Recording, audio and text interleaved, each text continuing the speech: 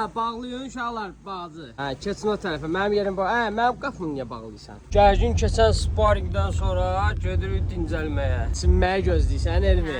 Nətər yığışıb. Niyə getmirsən sola? Uşaqları gətirmişəm hovuza. Sparingdən sonra dedim qəşəngcə üstündən dincəlsinlər. Belə də arı kimi görünürsən. Üzməcə. Ən vacib məsələ günəş kremidir. Bax kim qızlara baxsa məndən inciməsin. Başını salsın aşağı, eşitdiniz? Hamınız ancaq üzməklə məşğulsunuz.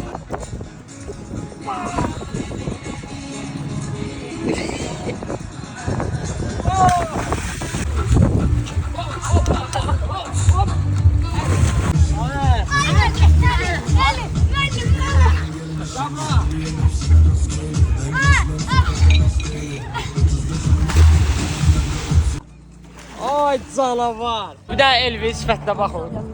Belə də arıya oxşayırsan. Yaxşı yağla məni. Ağzımızın içləri girsən. Avaralar istirahətdə.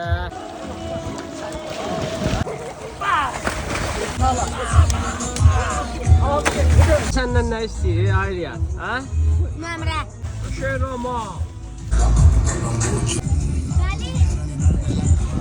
Ay aman. Hamı keçdi öz polyasına cəld.